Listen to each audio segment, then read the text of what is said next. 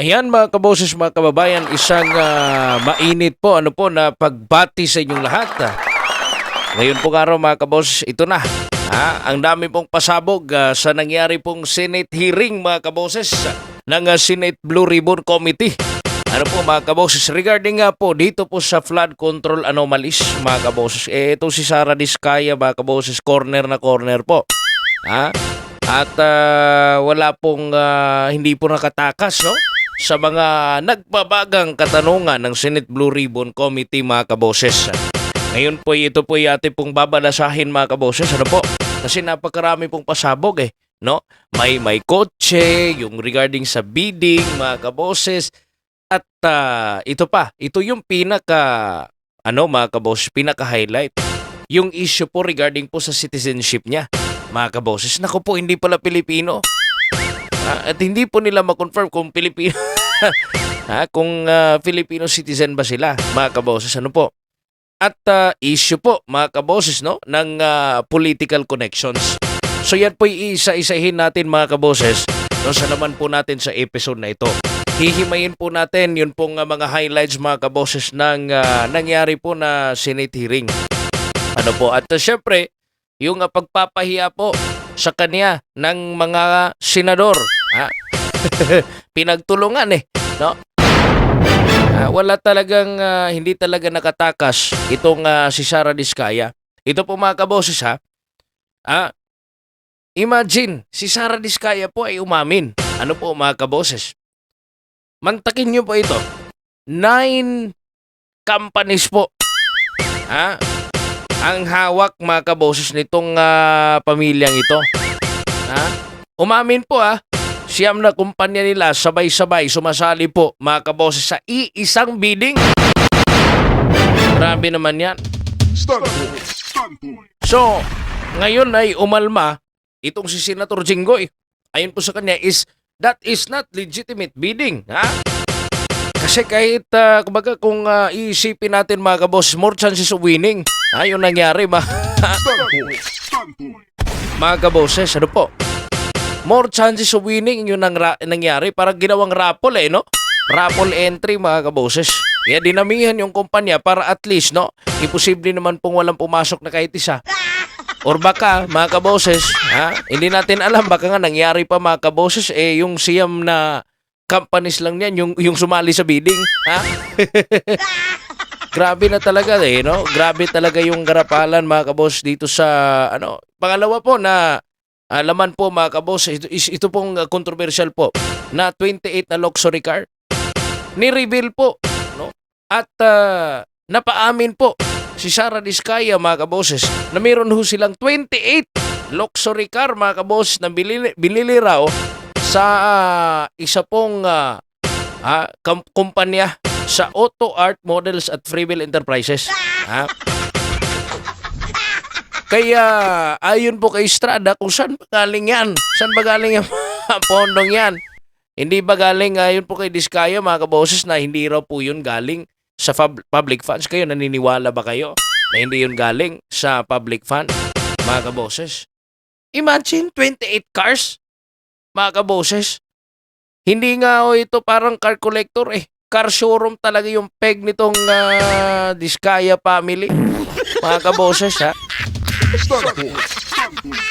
Pakinggan po muna natin mga kaboses. Ito pong balita na mula po sa Billionaire News Channel mga kaboses. Pagkatapos po magbibigay po tayo ng matinding mga komentaryo at mga pasabog mga kaboses. Narito po ang The Daily Dish ng Billionaire News Channel. The Senate Blue Ribbon Committee resumed its investigation on allegedly anomalous flood control projects. The committee grilled one of the controversial contractors, Sara Diskaya, and ordered the arrest of 2 others.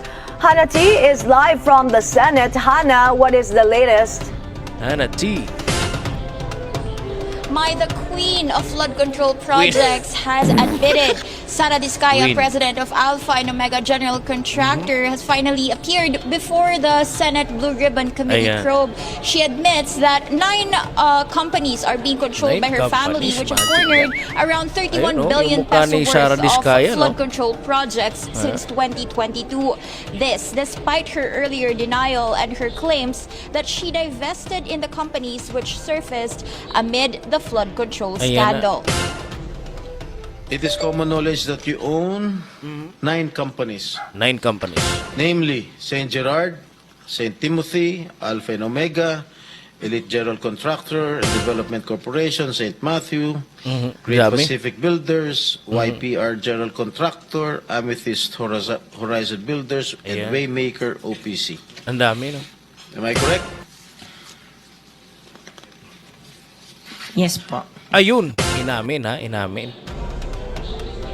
Inamin niya yung siyam na mga Diskaya kaboses. herself admitted that the owner and manager of St. Timothy Construction, Maria Roma Angeline Rimando, is the niece of her husband, Curly. Maritoni Melegrito, owner of Elite General Contractor, is Roma's cousin, while the company Waymaker OPC is owned by Diskaya heir Gerard, who is the eldest son of Curly and So, Sara. parang When nagparty asked talaga how sila, they no, could sa pera handle ng bayan. hundreds of projects nationwide, Sara insisted they join general or regular biddings and claimed they only win a fraction of them. She claims her company Alpha and Omega only won 71 out of 491 flood control projects in 2022, while St. Timothy only has 145 projects in 3 years. Senate President Pro Tempore Jinggoy Estrada pressed earlier, confronting Diskaya with their luxury garage. Ayun na, ayun na. 28 cars, including na. a Rolls Royce. Yung Sara then 28 denied the cars na were luxury. bought using taxpayers' money. Ayan. 28 kotse na luxury cars. Araw-araw gusto mo Collection. palit ng kotse? No, I have Tumatawa 4 kids yung mga that nasa use it likod. all the time for them to Oh, be 4 taken to kids school. lang. O, di, bigyan mo tig-isa, pero 20, ilan yun? 20 ka mo? 28? 28. Opo. My God. And you bought that from the taxpayers' money? No po. No. Hindi po. Huwag na tayo maglokohan That will be- dito. Let's allow our people to Ayun. decide on that anyway. Kayo naniniwala The kayo? Diskayas earlier told Billionario News Channel they owned about 40 luxury cars, Grabe. some of which not found in the country. Estrada urged Sara to identify her DPWH contact or point person after admitting they started government contracts as early as 2012 Ayan na. but got a bulk of it in 2016. Diskaya replied she had no connections with top officials, only with some district engineers in Laguna and Bulacan provinces, but denied they were giving her projects. Meanwhile, Senate Blue Ribbon Committee Chair reminded contractors that if this leads to prosecution, they face plunder cases. So he urged them to cooperate and identify who in DPWH and Congress enabled their alleged racket. Marcoleta reveals at least 50 ghost projects are flagged, but the agency only admitted to 2. Grabe, Mai? no? So, Hannah, there were other contractors who didn't show up at the hearing today. And who are these 2 contractors that were ordered arrested? Ayan, magkakaarestuhan na rin. Mga kaboses, ha? May around 9 or 10 a.m., 2 were cited in contempt for skipping the hearing. That's Maria Roma, the owner and manager of St. Timothy, and Yumir Villanueva, the president of Top Notch Catalyst. Ayan. But both arrived later, no, but only after the arrest order has been issued. So Ayun. ngayon, nandun na sila sa hearing. Mai? So, Hannah, who else attended today's hearing? I understand kanina, Sara Diskaya was grilled on sino sa mga DPWH Ayun. engineers or officials ang mga kilala niya dahil, 'di ba, na corner nga nila yung napakaraming government contracts, yung mga flood control Ayan. projects. Mm. And then she said, kilala niya yung Mga district engineer. someone from Bulacan, someone from Laguna. Napangalanan ba yung mga ito? May hindi na pangalanan kung sino yung mga Bakit niya DE ba na pangalanan? sinasabi niyang kakilala niya, and later on Ayaw hindi niyo bang rin naman daw ilaglag? siya nabigyan itong mga opisyal na to ng mga proyekto. Pero aside doon sa DEs mentioned, meron ding officials from PICAB or Philippine Contractors Accreditation Board na pinangungunahan ni Chair Perites Dakay Ayan. na nag-testify na rin tungkol nga dun sa mga lisensya nitong 15 contractors, and Grabe. he said merong ongoing investigation yung PICAB pagdating dun sa anomalous na flood control projects, and also meron ding DPWH officials na dumating, kasama dyan si outgoing Secretary Manuel Bonoan na later ay inexcuse din sa hearing at hindi na nagpa-interview sa media. At kanina rin nung nagsisimula yung hearing, spotted itong si Henry Alcantara na isang opisyal sa DPWH Bulacan na namamataan din ng Senado dahil Ayun. sa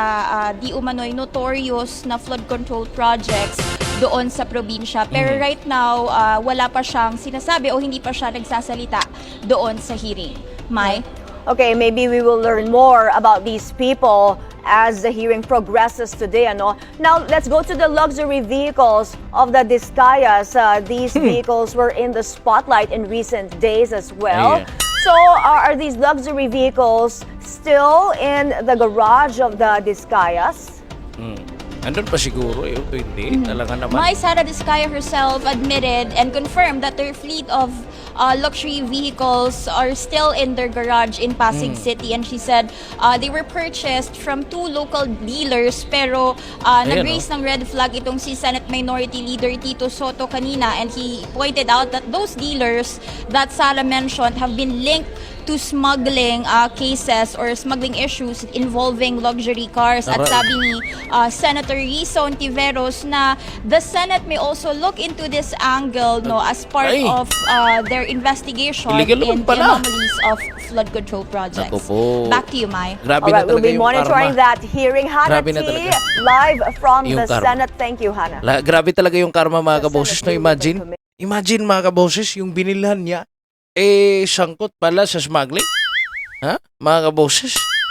Ayun po kay Tito Soto, mga kaboses, mga kababayan. So, grabe talaga yung karma na dumating sa buhay nila. Ikaw ba naman hindi karmahin ilang bangkay, mga kaboses, ang tinangay ng Rumaragasang Baha, mga kaboses, at mangilan-ngilan din ang mga nagsilikas, namatay dahil sa sakit, mga kaboses, dahil po sa patuloy na pagbaha sa mga lugar po na kanila pong tutukuran po sana o tatayuan po sana ng flood control, mga kaboses. Ano po?